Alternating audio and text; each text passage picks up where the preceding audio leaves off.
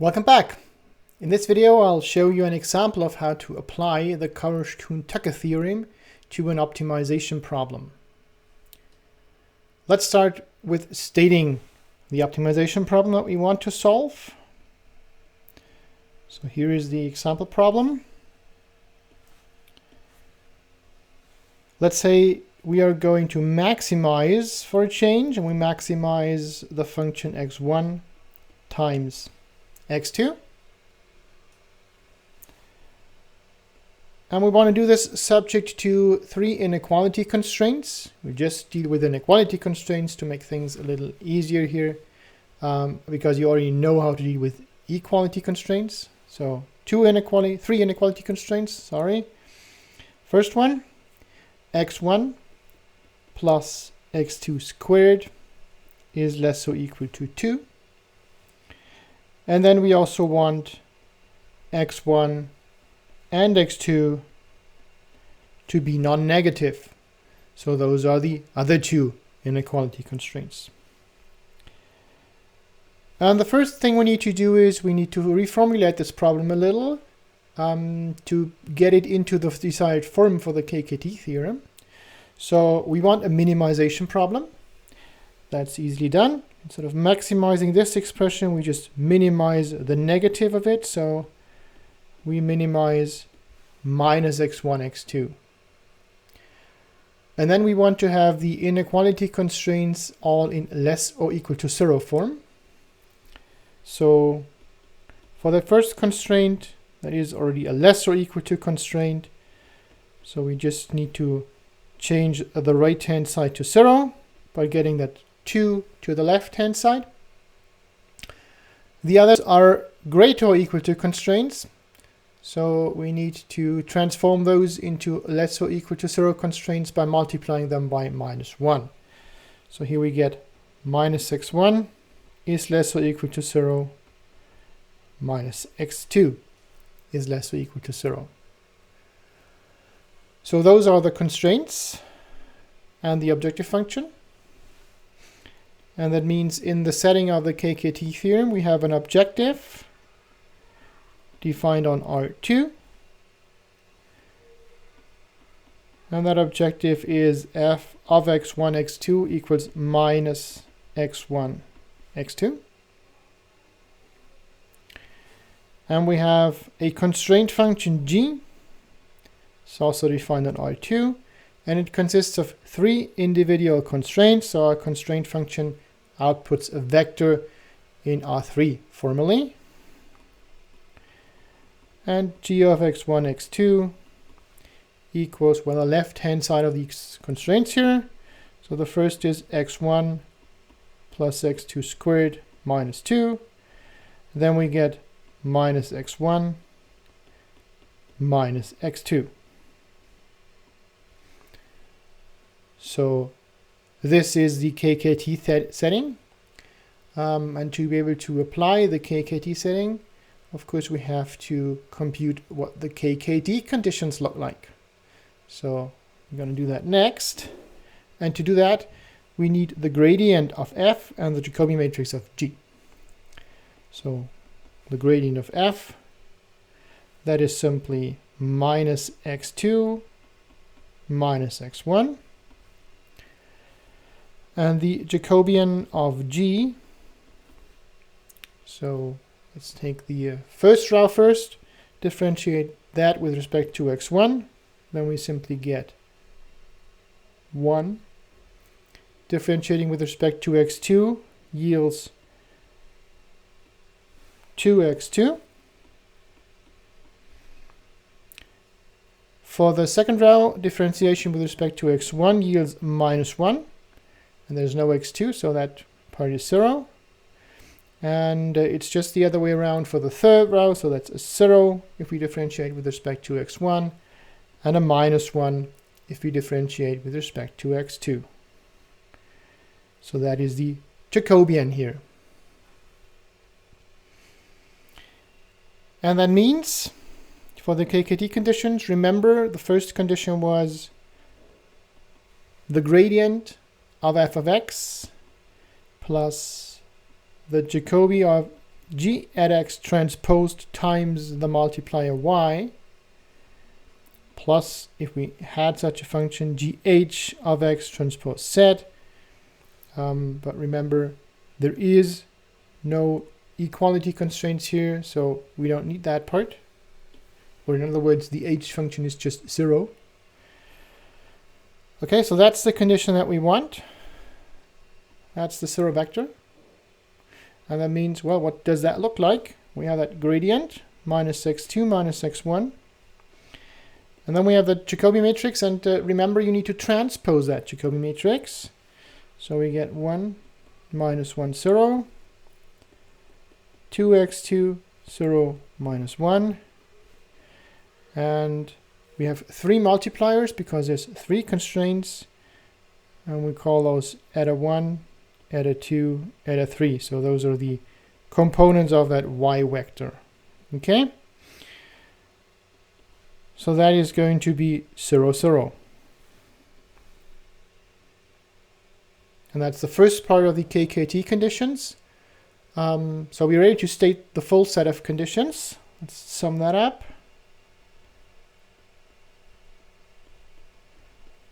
KKT conditions. So those look like the following. The condition 1 is the one that we just stated, that translates into 2 equations. We just write those down separately. So the first is minus x2 plus eta 1 minus eta 2 is 0. And the second one is minus x1 plus 2 eta 1 x2 minus eta 3 is equal to 0. Then in parts 2 and 3, we need to state the feasibility. So for points 2 and 3, we'll just do these together. 2 is the feasibility for G. 3 would be the feasibility for H. We don't have H in this example, so it's just G. And that basically means we just list the inequality constraints once again. Yeah, so that's x1 plus x2 squared minus 2 is less or equal to 0. That is minus x1 is less or equal to 0. Minus x2 is less or equal to 0. And then we have the conditions on the multipliers. So that's condition number 4. These etas, eta 1, eta 2, eta 3 are all non-negative. And also condition number 5, the complementarity conditions. So let's say if we take in a multiplier and the corresponding inequality, then either the inequality is strict or the multiplier is 0 or both. Of course, that's allowed too. Or in other words, we have that eta 1 times the corresponding inequality, that is the first inequality, x1 plus x2 squared minus 2. That needs to be equal to 0. And for the others, it's just minus eta 2x1 is 0, and minus eta 3x2 is 0. So this is our KKT conditions.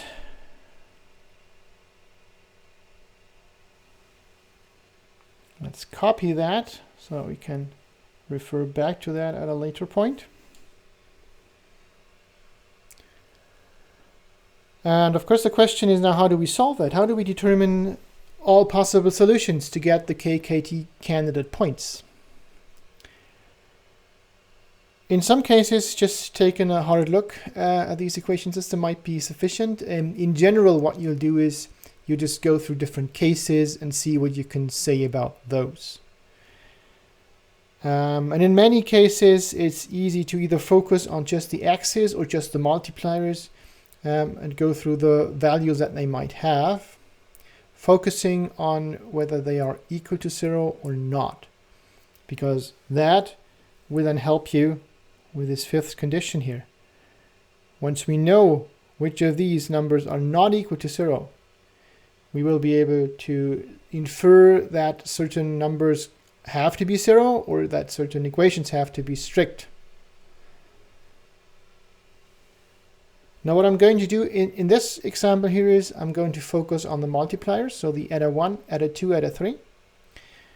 And I'm going to focus on which of these are equal to 0 and which of these are strictly greater than 0. Yeah, so remember we have this condition 4 here that says they are non-negative, so a negative value is out of the question. If they're not 0, then they have to be strictly positive. So we'll deal with these cases here. As a reminder, let me just copy the KKT conditions here again. Maybe I can make these a little smaller just to have them for later reference. So the case 1, first case that we're going to deal with, let's say none of the multipliers are a 0. So eta 1, eta 2, eta 3 are all strictly positive. It's going to be our first case. Now, if that is the case, then we just have a look at this condition 5 here. That means by these last two conditions, if eta 2 and eta 3 are not 0, then x1 and x2 have to be 0. Okay? So from 5, we get x1 equals x2 equals 0. And we also get, if eta 1 is not 0, then this condition here has to be strict. So x1 plus x2 squared minus 2 has to be 0. So, and x1 plus x2 squared minus 2 has to be 0. Yeah, well, and of course that is the case if and only if both x's are 0 and 0 plus 0 squared minus 2 is 0. And that latter one is never being the case, so that's a contradiction. That means there is no solution which satisfies the statements of this case here. Okay, so let's progress right away to case number 2. And again, let me just copy these nice KKT conditions here. Once again, I'll open a new page for that. So, case 2. Let's say exactly one of these multipliers is 0.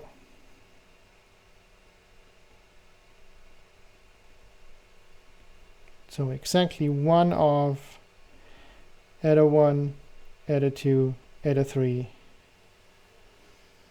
is equal to 0. And that also means the other two are not. The other two will be strictly greater than 0. So subcase 2.1, let's say eta 1 is 0. What happens then? Well, as before, eta 2 and eta 3 are not 0, so we can again use these conditions here to infer that the only possible x values that correspond are 0 and 0. Okay, so again, from 5 we get, get x1 equals x2 equals 0.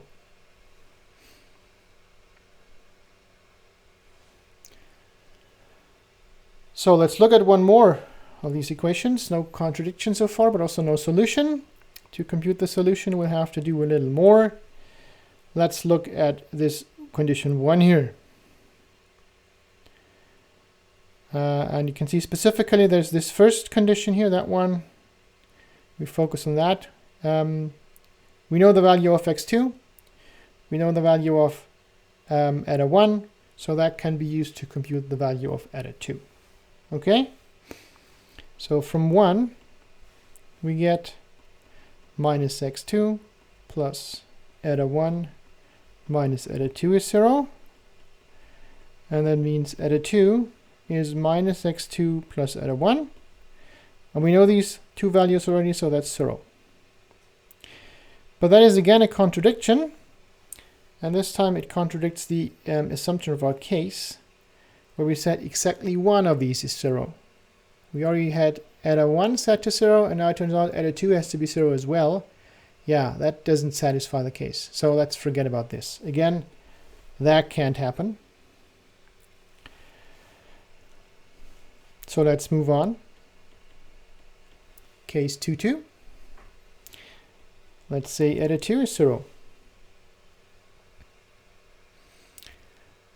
And then we make a similar argument. Again, we'll consult 5. And 5 gives us, well, if eta 3 is not 0, then x2 has to be 0. And if eta 1 is not 0, then this condition here has to be 0. So that means we also get x1 plus x2 squared minus 2 is 0. So that means, well, x2 is 0. And we can solve the other equation for x1. x1 is 2 minus x2 squared, so x1 is 2. Okay, we first check if this solution is actually feasible. And it is, because what we need for feasibility here is this. This is obviously satisfied. This is satisfied because we made sure those are strictly satisfied. We still have this one here. Minus x1 is less or equal to 0. And that's the case. Yeah, x1 is 2, so minus x1 is minus 2, and that is, of course, less or equal to 0. Okay? So that's a check. Check 2, 3. So we have an x candidate by now. And let's again check this first condition here. We have values for x1 and we have values for x2. We also have values for eta 2. So again, we will be able to compute one other eta, and that is eta 1 in this case. Yeah, so from 1, from 1, we'll again take this first equation here, x2 plus eta 1 minus eta 2 is 0. And that means eta 1 is x2 plus eta 2. Well, x2 is 0, eta 2 is 0. So that's 0, and again, that is a contradiction. So no solution in case 2.2 either. And finally, let's consider case 2.3, where eta 3 is the only one that's 0. If that's the case, then again, let's look at 5 first. Then x1 has to be 0.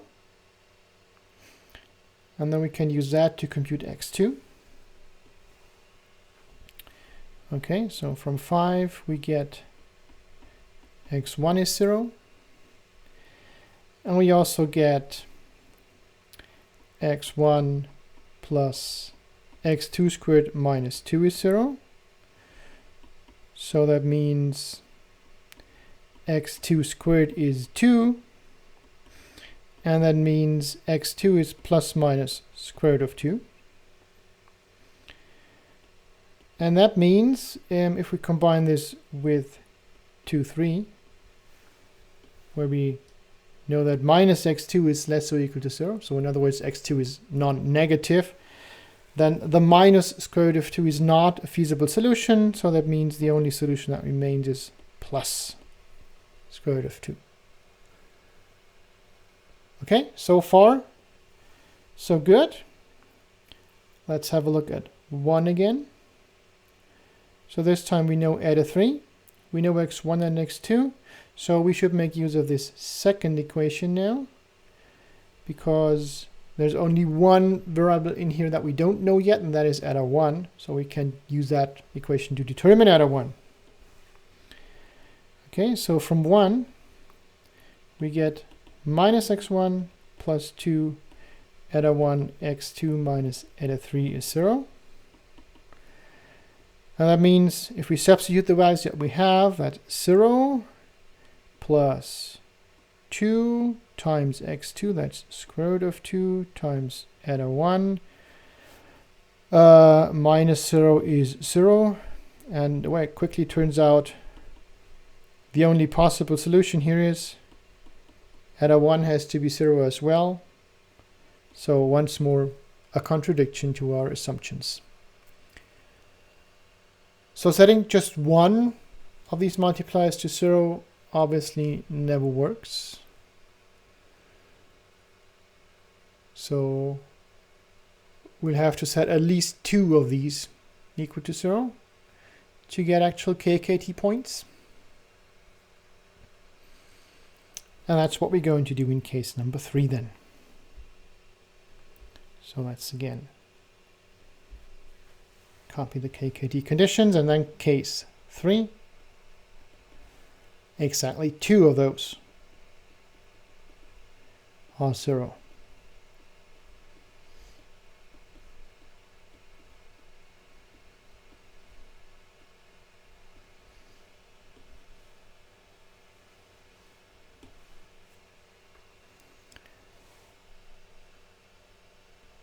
And again, we'll have to differentiate.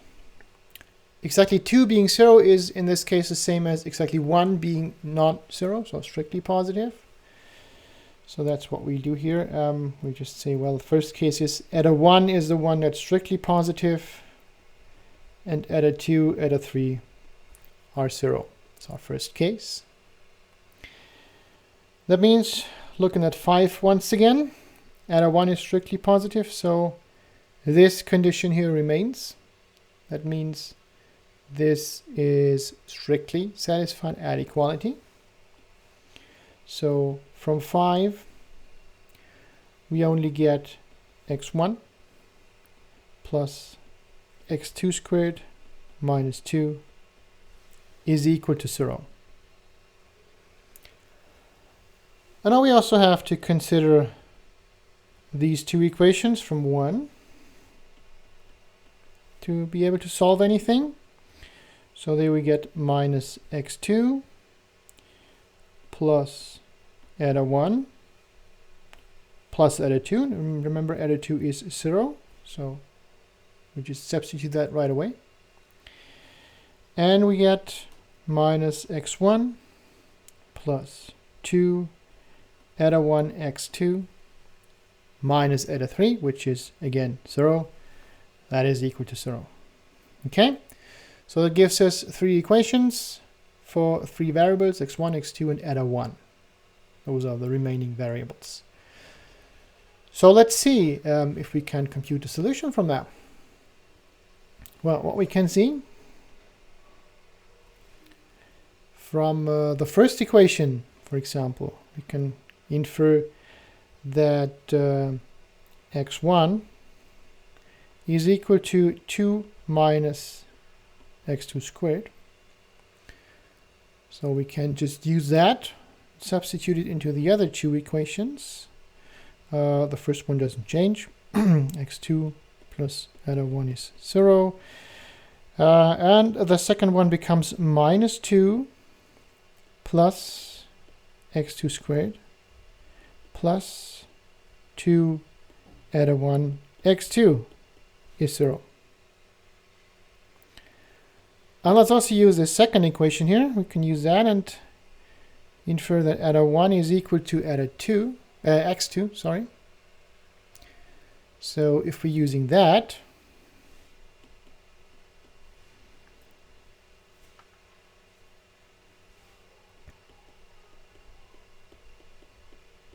then we get, well, this first 2 equations, we just copy those again. And for that last equation here, we get, well, let's rearrange that a little as well. We get x2 squared plus 2 x2 x2, so it's 2x2 squared minus 2 equals 0. Or, in other words, x2 squared equals 2 over 3. So x2 is equal to plus minus the square root of 2 over 3. And again, if we have a look at this condition 2, 3, this one here, we can see x2 needs to be positive or non-negative as well. So there's only one possible solution, and that is plus. That's square root of 2 over 3. Okay. So we have found a solution that actually satisfies all of these conditions. Let's give it a quick check.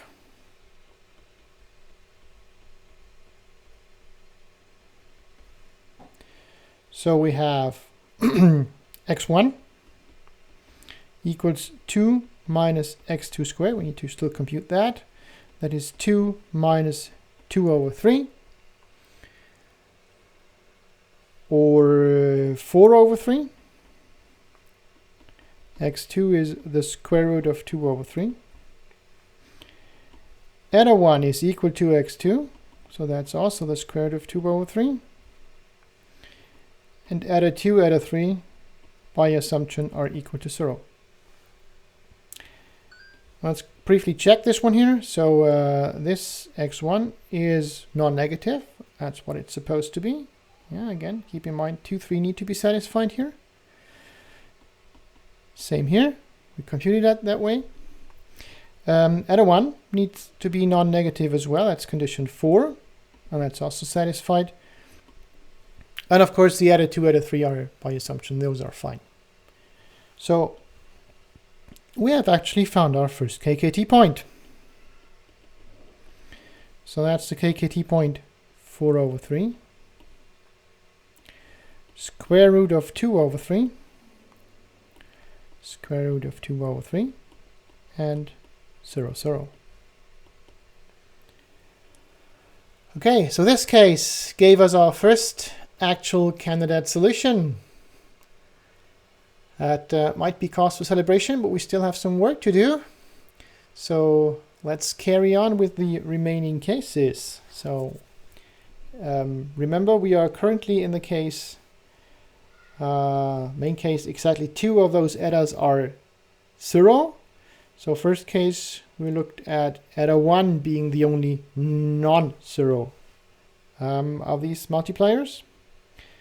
So let's move on to the subcase 3, 2, where eta 2 is positive and eta 1, eta 3 are both 0. Let me again give you the KKT conditions here. Okay, so in that case, if eta 2 is positive, that means x1 is 0. So by 5 we get x1 is 0.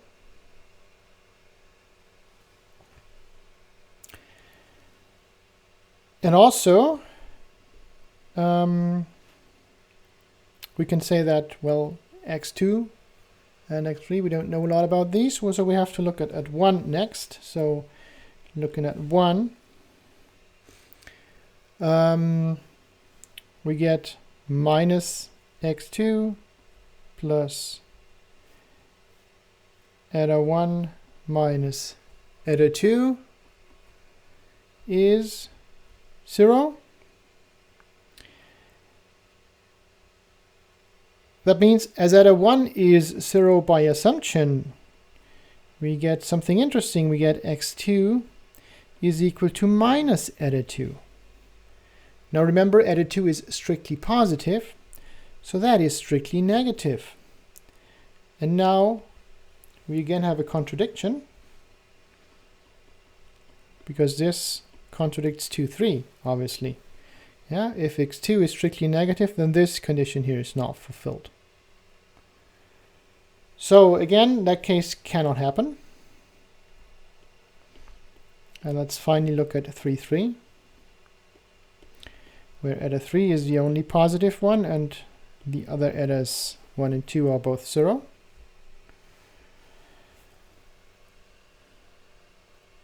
Again, a look at 5 reveals that in that case, x2 needs to be 0.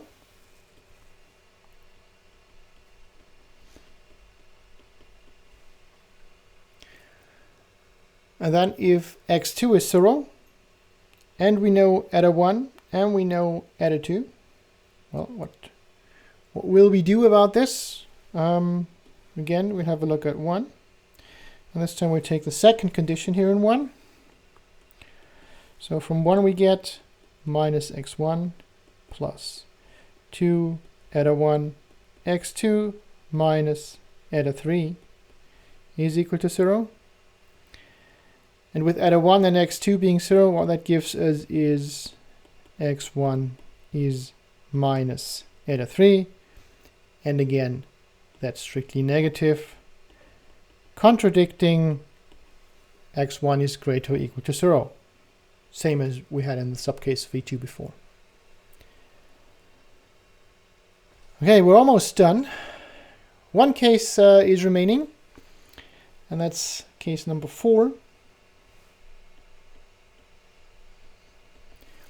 Of course, all the etas could be 0 as well. Yeah, so eta 1 equals eta 2 equals eta 3, all could be 0.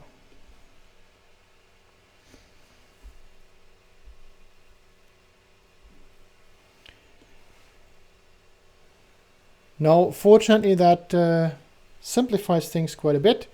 Unfortunately, 5 is becoming pretty useless in this setting because that's fulfilled for every possible setting of x. But on the other hand, 1 becomes a lot easier. So we just consult 1 and substitute our eta values into that. What we get is minus x2 is 0, and minus x1 is also 0. So there we've solved it. We quickly need to check whether this is all satisfactory with respect to 2, 3, and 4. And of course it is, yeah? So minus x2 needs to be less or equal to 0, minus x1 needs to be less or equal to 0. So 2, 3 is satisfied, and 4 is satisfied by assumption. So another KKT point. So this KKT point here, that is the trivial KKT point in this case, 0, 0, 0, 0, 0. Just to mention that, that's pretty much of a coincidence. It's not the case that this point always needs to be a KKT point. That is due to the special structure of the objective function and especially the constraints here in that case. Yeah, that's not nothing that you can say is set in stone. Yeah, the origin is usually not a KKT point. Don't count on that. So we have 2 candidates for optima. Let's say conclusion.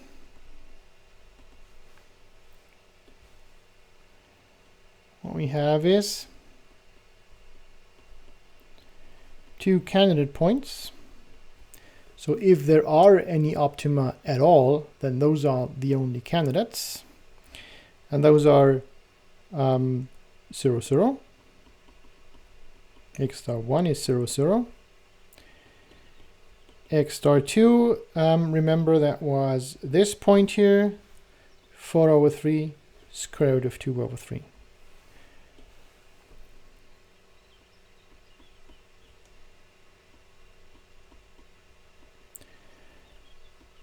And also remember, at this point, we don't need the multipliers anymore. So those were needed to actually confirm that those were KKT points. So we needed to compute them for that reason.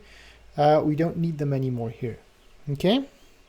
What we can do now is we can compute the function value at those points.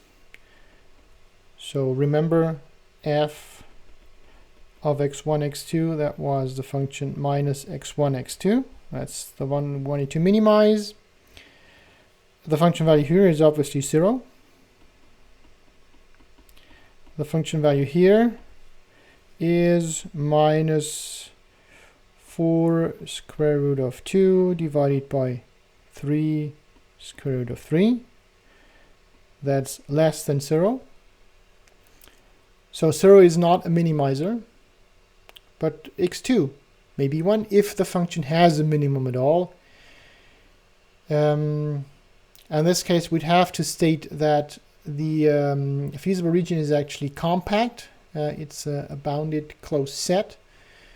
And the function is continuous on that set, so it does have a minimum.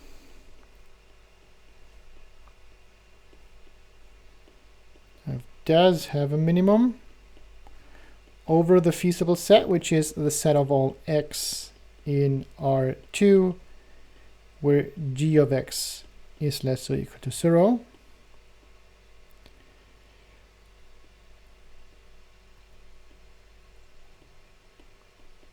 Because f is compact and small f is continuous. And that means our point x2 star is the desired minimizer. So, finally solved it. You can see this is quite some amount of work to solve this system here, at least if you have to do it by hand, because you have to work through those different cases to solve the nonlinear equation system that we have here, together with the inequalities that we also still have here. Yeah, so some work to do. But in general, at least in special cases, we should be able to work this out by hand. Of course, in practice, the functions often get so complicated that solving them by hand is not an option anymore. So you would have to resort to optimization algorithms that do the work for you. And we've covered two of those already. So for gradient descent and also for Newton's optimization algorithm. There are modifications of those that also take into account these KKT conditions here, and then optimize over a constrained region as well. But we will not cover those in more detail. So suffice to say that for all the examples that we are going to compute and that will be on the exam, it should be sufficient if you are able to solve these functions by hand, for example, through a case analysis as I just did. And one more word on this. Of course, this case analysis could be kept a lot shorter. Yeah, I tried to cover all the cases and go through all of these in detail and see where the problems are coming from. Of course, you could abbreviate that a lot. Yeah, if you just have a good look at those conditions, most of these cases could be covered by one argument. I'm not going to do this in detail, but think about it a little, and if you find a shorter way, of course, that is totally acceptable as well. Good, so we've seen an example of the application of the KKT theorem. Next, we're also going to see a small economic example. Specifically, we're going to revisit our budget constraint problem and see how this works out under inequality constraints.